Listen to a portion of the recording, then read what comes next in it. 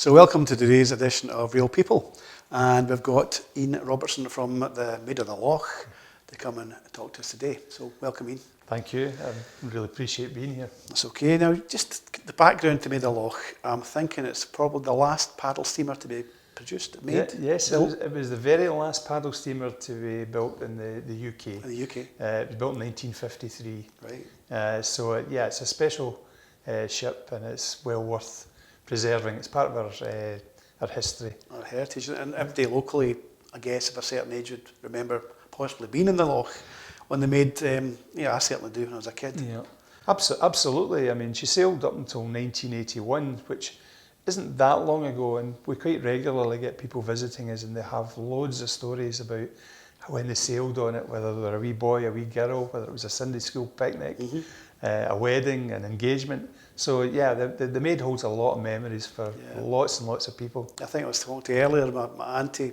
I think she was a manageress, Auntie Betty, at one point, and I remember my current dentist peeling potatoes on the deck. He's one of must have been helping out in the kitchen at some point. It was probably a job for if he was a boy as well. So yeah, lots of cool memories in the Loch, but it's probably been out the water more than it's been in the water now. It has now. I mean, it stopped operating in 1981, and then it fell into severe disrepair. There were various owners who tried to use it for as a bar, as an event place. Like static at the pier.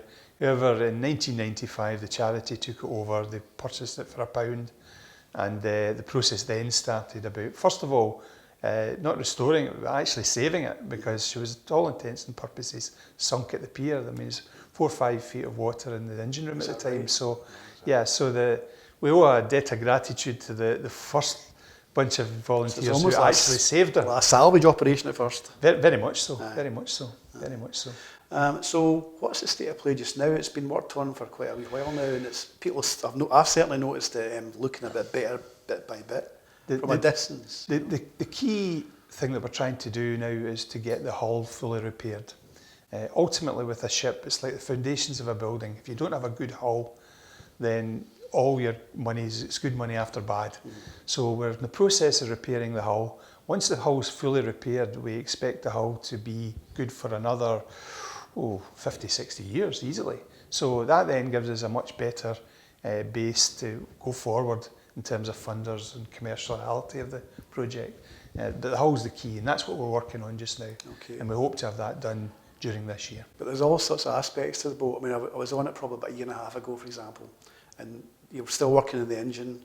Yes. The paddles were still being assembled. I've seen they've been repainted as well. Yes.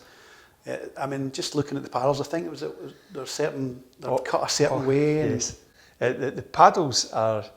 It's a simple mechanism, but it's absolutely ingenious. It's a thing called the Jenny Nettles, and it's all about feathering the paddles. You can imagine rowers feathering oars. Yeah. That's turning them to an angle. Exactly, and the idea of the Jenny Nettles is to make sure the paddle is in the correct position to get maximum thrust. So it's got to be vertical when it hits the water.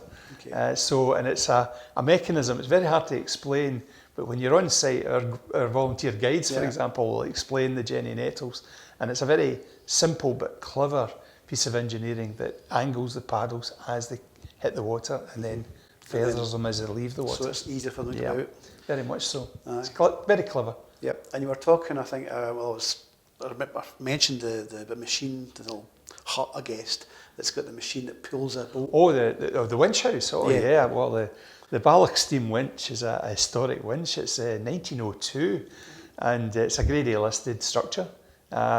It predates the Maid by quite some time. Goes back to paddle steamers that were before the Maid. Because there was boats in the Loch before the Maid, eh? Oh, yeah. Well, the first 6 or 7 boats at one time. No, it goes further back than that. The first paddle steamer in Loch Lomond was the Marion, and that was in 1818.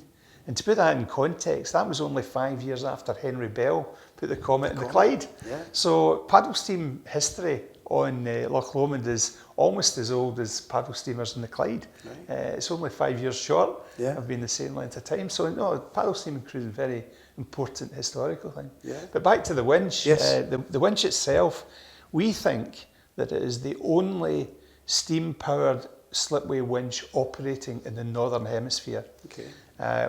Someone visited us recently and they said they thought it was the only one in the world of its kind. Now that may well be true, but until somebody proves it otherwise, we're making the claim that it's the only one in the whole of the Northern Hemisphere, and we have it in steam once a month. And the coming season we will be in steam again once a month on holiday weekends, and it's well worth actually going to see this amazing piece of kit. Okay, so people can actually see that in operation then. Yes, we have volunteers who have been trained as winch operators and boiler operators, and they go in and they power the boiler up, put it in steam, and they can show you the 2-cylinder engine operating. Yeah. This is probably a bit silly in a way, but as a local person, I remember walking past the Maid. It had been up for a while out the water, and somebody had painted the funnel red. Yes. A bit like the Waverley, right? Yes. And I was like, no. It was always yellow when I remembered it. Oh. You know, when I used to go, when I was maybe the 60s or 70s, early 70s, but it's back to yellow again. Yeah, it's back to its proper colours. Right, I was going to say. There will always be a debate. There's Right. always someone prefers the black and red funnel. Right. But the black and red funnel was really an attempt to create a bit of a PR image of the Maid at the time when the charity took it over to start with. Okay. The black and red is obviously Cunard's colours. It's also Mac's colours. Right. And I think there was a feeling that if you made it black and red, you would ally yourself to those historic names as well. But So there's a bit of reason behind that. there was a reason behind it. However, for the purists, and I have to say I'm one of them, back to its original colour Yes. is absolutely the way to go. Aye.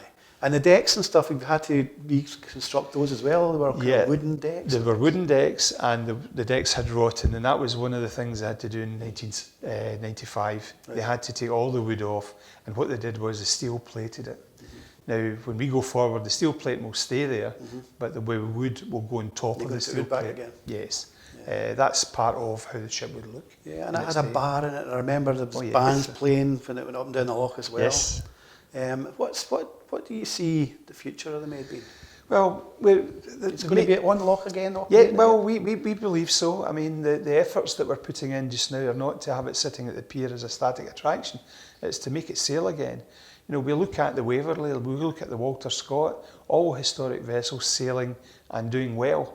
So, you know, we want to replicate that and restore a part of our heritage so that people get more memories again. But we will sail to the piers that have always been there: Luss, Balmaha, Rowerdinnan, Tarbert, Inversnaid. I'd lose at the top of the loch. I think with the amount of fuel it would take to get to the top of the loch, that might be a wee stretch. But you know, mile long or something. It's a big loch. but we would hope to have the ship sailing again. So the whole proposition now is to get the hull repaired, slip her back into the loch until we raise enough money to get her sailing again. So we hope by spring next year to have her back in the loch. Okay. That's the target. We've got our fingers crossed a little bit because it's always a challenge, Right. but back to the pier next spring, and So- then we will raise money to get her sailing again. So what do you need to get her to that position then, right now? Well, we need Apart from money. Well, we need lots of enthusiasm and we need lots of publicity. Okay. We always find it hard to get out to that wider world. You know, if every one of our Facebook followers, for example, 13,000 of them, Wow. was to give us £1 a month, what a difference. You know, we would be able to fund moving the ship forward. But it's easy to say that in paper, that's not quite how it works. No, but people can go to your website, can they? Oh, yeah. And donate on your website. Absolutely, you can donate on our website. You go on, click on maidoftheloch.org, and you can click on donate. And there's also ways that you can help us out. Okay, what like? Well, for example, we're approaching the new season at Easter. We'll open for the season, and we're looking for people to train as guides. And we do hard hat tours, and what we do is we provide training. You buddy an existing guide, and we tell you the story, and you develop your own narrative, and you take people around the ship. It takes about an hour and a half at the most. And we're looking to recruit more guides. Okay, so I guess you've got a customer base who wants to be taken around the Maid. Oh. You'll have local people, I'm guessing, and also enthusiasts. There's a combination, yes. There's a steam enthusiast, there's paddle steamer enthusiasts, and then there's just people who like the idea of cruising in Loch Lomond in a paddle steamer. Aye. You know, and a lot of the people that go in the Waverley, for example, they're not necessarily steam or paddle steamer buffs. No. They're people that like that heritage element, you know, being able to do something that their mum and dad did, their grandparents did. So it's about doing that kind of thing. And there's not a lot of opportunity to go on a big boat, apart from a ferry, for example. So, Absolutely. you know, so it'd be quite nice to have that in Loch Lomond. Well, I've a question for you. How many people do you think she was registered for when she first sailed? To hold, Yes. 300. Well, you're not even close. It was registered to carry 1,000 passengers.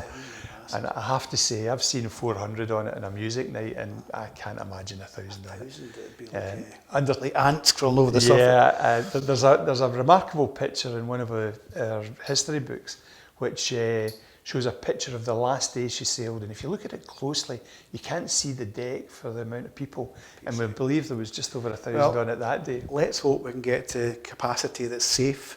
And you 399 is the number. And I wasn't far out then. You were close. And you get it on the water and sailing again soon. And all the best for all the work you've been doing. Thanks very much. Thanks for coming in. Appreciate it. Thank you. Just like to say thanks to Iain for coming in. And that's it for this episode. See you again soon.